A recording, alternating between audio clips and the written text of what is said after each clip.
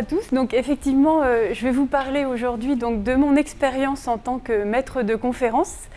Donc maître de conférence, c'est un métier donc, d'enseignant-chercheur pour lequel on passe donc, la moitié du temps à enseigner à l'université, donc dans mon cas à l'université Paris-Sud. Et puis l'autre moitié du temps, donc moi je la passe ici, au Synchrotron Soleil, où je suis donc chercheur expérimentatrice. Alors l'objet de mes études, ce sont les cristaux. Donc voilà, on va suivre ce cristal tout au long de la discussion. Et en fait, je vais vous montrer d'abord comment on fabrique un cristal. Donc il faut prendre un petit élément de volume. Donc le plus simple, c'est de prendre un cube. Ensuite, on va le décorer avec des atomes. Donc, par exemple, là, c'est une maille où il y a du calcium, un peu de titane en violet et en rouge de l'oxygène.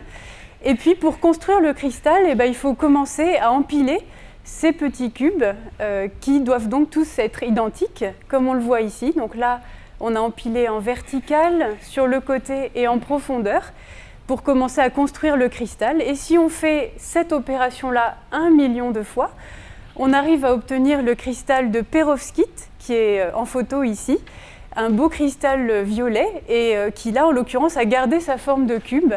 Et vous voyez son arête ici, 1 mm. Donc ça donne une idée là, à quel point ces petits cubes-là élémentaires sont petits. Donc c'est de l'angstrom, donc c'est très très petit. Donc il faut avoir des microscopes qui grossissent 1 million de fois pour pouvoir trouver donc, cette structure atomique. Alors le cristallographe, son travail, c'est de regarder, de déterminer quelles sont les positions de ces atomes dans les cristaux. Et en fait, c'est intéressant parce qu'on peut en déduire, on peut faire des prédictions ou expliquer certaines propriétés physiques, comme la résistance électrique par exemple, ou encore la dureté ou la couleur. Alors, ce que je voudrais d'abord vous montrer aujourd'hui, c'est qu'on a tous fait de la cristallographie, et ce, dès le plus jeune âge. Alors, je vais essayer de vous convaincre. D'abord, vous connaissez peut-être ces Pulse cubes, que, en tout cas, moi, j'avais quand j'étais petite. Donc, on voit, c'est un jeu constitué de 12 cubes, et sur chacune des faces de ces 12 cubes, on a donc 6 morceaux d'image.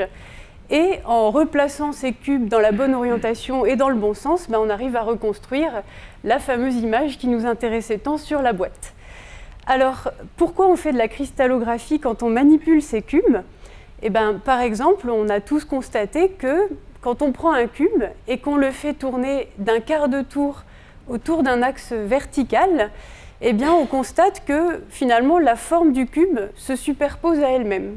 Mais par contre, évidemment, l'image qui nous intéressait en face du cube se retrouve sur le côté. Et en fait, pour retrouver l'image à nouveau devant, il faut faire 4 fois ce quart de tour. Et finalement, des années plus tard, les cristallographes vont simplement dire qu'il y a un axe de symétrie de rotation d'ordre 4. Mais finalement, on le savait déjà. Alors, on peut aussi s'amuser, donc non pas à travailler à 2 dimensions, mais empiler ces cubes suivant les 3 directions de l'espace. Et là, on a déjà un peu ce qui se passe quand on construit un cristal. Alors, autre chose que presque tout le monde fait, et pas que les enfants, c'est l'observation des tapisseries. Alors là, je vous montre la tapisserie qu'il y avait dans la cuisine quand j'étais petite. Et ce qu'on peut s'amuser à regarder, c'est dans quelle direction regarder pour voir toujours le même motif se répéter. Alors là, on peut se dire, je vais regarder comme ça, dans la direction, dans la diagonale, et je vais toujours trouver une pomme régulièrement. Une pomme là, une pomme là, une pomme là, etc. Alors là, quand on fait ça, ça a l'air de marcher, mais non. Alors, on constate par exemple que cette pomme-là, elle a une petite queue là et un reflet sur la droite. Donc cette pomme-là. La pomme suivante, en fait, elle n'est pas pareille. Elle a la petite queue vers la gauche et le reflet aussi vers la gauche. Alors, ce n'est pas la bonne direction dans laquelle il faut regarder. Alors, ce n'est pas la bonne direction et en fait, il faut regarder à la verticale pour enfin trouver le long de la ligne des pommes qui sont identiques.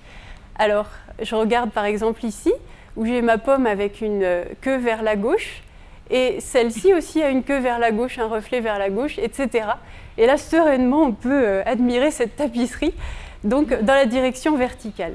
Et à nouveau, des années plus tard, le cristallographe va dessiner ici un rectangle qui relie 4 pommes identiques, et il va dire, bien voilà, c'est ma maille élémentaire. Si je la translate en horizontale, en verticale, eh bien je peux reconstruire tout le mur. Voilà, donc on n'a besoin que d'un tout petit motif. Alors, ce qui m'a finalement quand même décidé à faire de la physique, c'est quand même mon premier contact avec cette discipline au lycée. Donc je voudrais juste vous parler de 2 choses qui m'ont beaucoup marquée.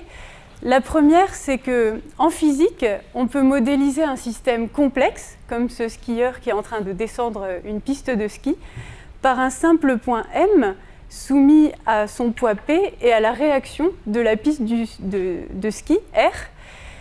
Et ensuite, en appliquant le principe fondamental de la dynamique, le principe de Newton, eh bien, on a quand même beaucoup d'informations qui sont la variation de la position du skieur en fonction du temps, sa vitesse et son accélération. Donc ça m'avait beaucoup impressionné, cette simplification des systèmes. Et autre chose qui m'a beaucoup marqué, c'est cet encart que j'avais pu consulter dans mon manuel de physique en première, dans lequel on introduit le CERN. C'est un grand accélérateur de particules à Genève, qui sert à explorer la structure de la matière, mais cette fois-ci à l'échelle subatomique, c'est-à-dire de quoi sont formés les atomes et les constituants des atomes. Alors déjà, je savais pas ce qu'il y avait en dessous de l'atome, donc j'étais déjà informée qu'il y avait quelque chose au-delà. Et en plus, j'ai été frappée de voir aussi que les hommes étaient capables de construire une structure, un accélérateur en l'occurrence, qui faisait 27 km de circonférence et qu'on voit ici dans son environnement avec le lac Léman ici qui est un des plus grands lacs d'Europe et là le Mont Blanc qui fait quand même 4807 mètres. Donc tout ça m'avait beaucoup impressionné tant du point de vue de la théorie que de la technique et c'est ce qui m'a décidé à m'inscrire à l'université. D'abord à Caen et puis après à Grenoble. Alors je remets ici le CERN, l'accélérateur qui me faisait tant rêver quand j'étais adolescente. Et alors, je ne sais pas si vous le voyez, il y a un petit point rouge ici. Et ce petit point rouge, c'est un autre accélérateur représenté à la même échelle. Et c'est le synchrotron Soleil. Le voici. Alors, il est petit, mais costaud, comme on dit. Alors, il ne sert pas à explorer la matière à l'échelle subatomique, mais sa principale mission, ça va être de produire de la lumière. Donc, c'est un accélérateur. Alors, les électrons, c'est un accélérateur d'électrons d'abord. Les électrons tournent ici dans un anneau de stockage et ils vont émettre de la lumière tangentiellement à leur trajectoire. Donc, ils vont émettre de la lumière dans les différents bâtiments qu'on voit ici, qui sont des lignes de lumière. Alors, je travaille sur l'une de ces lignes de lumière. Donc elle est représentée ici, c'est la ligne cristal et la lumière qu'on utilise, ce sont des rayons X. Alors on voit la ligne de lumière vue de haut ici. Là je suis ici l'axe du faisceau de rayons X et cette ligne a 2 parties principales. La première partie où on a des miroirs et d'autres éléments optiques qui permettent de mettre en forme le faisceau de rayons X et le diriger. Et puis ici, il y a 2 autres pièces qui contiennent donc les différentes stations expérimentales qu'on va appeler des diffractomètres. Je vous en reparlerai un petit peu plus tard. Alors, avant de vous montrer donc justement la station expérimentale que j'utilise, qui est celle-ci, je vais vous présenter un peu plus l'objet de mes recherches. Donc, j'étudie des cristaux, mais ce qui m'intéresse, c'est l'effet d'impulsion laser courte sur ces cristaux. Alors, qu'est-ce qu'une impulsion laser courte? Donc, c'est un flash lumineux que j'ai représenté comme ça. Et court, chez moi, ça veut dire 100 femtosecondes. Donc, 100 femtosecondes, c'est un 10 millième de milliardième de seconde. Et pour vous aider à vous représenter ce que c'est, je vais vous demander donc ici de considérer en fait toute l'histoire de l'apparition de la vie sur Terre et l'histoire de la Terre depuis sa formation. Donc ça représente 4,5 milliards d'années. Et puis, bon, il y a eu le temps de se passer beaucoup de choses. Et si on disait que tout ça, c'était 1 seconde, 100 femtosecondes, ce serait simplement 5 heures de l'histoire de la Terre. Donc c'est très très court. Et ce qui va m'intéresser, c'est donc la réaction du cristal à cette impulsion laser, et notamment les états nouveaux qui n'ont jamais été observés auparavant, par lesquels passe le cristal, avant de revenir à l'équilibre ou dans des conditions normales. Alors ce qui m'intéresse, ce sont des périodes de 500 nanosecondes, ce qui représente environ, sur cette échelle-là, 2700 ans. Ce qui est court aussi. Alors voilà comment ça se présente en pratique. Donc il y a beaucoup de bazar, mais le cristal est là, c'est notre petit repère. Il va recevoir donc des rayons X qui serviront donc à le sonder. Il va également recevoir un faisceau laser d'excitation. Donc il y a 2 caméras qu'on voit ici qui servent à visualiser l'échantillon et vérifier qu'il est bien positionné dans l'expérience. Très souvent, on fait des mesures à froid, donc en plus on refroidit le cristal.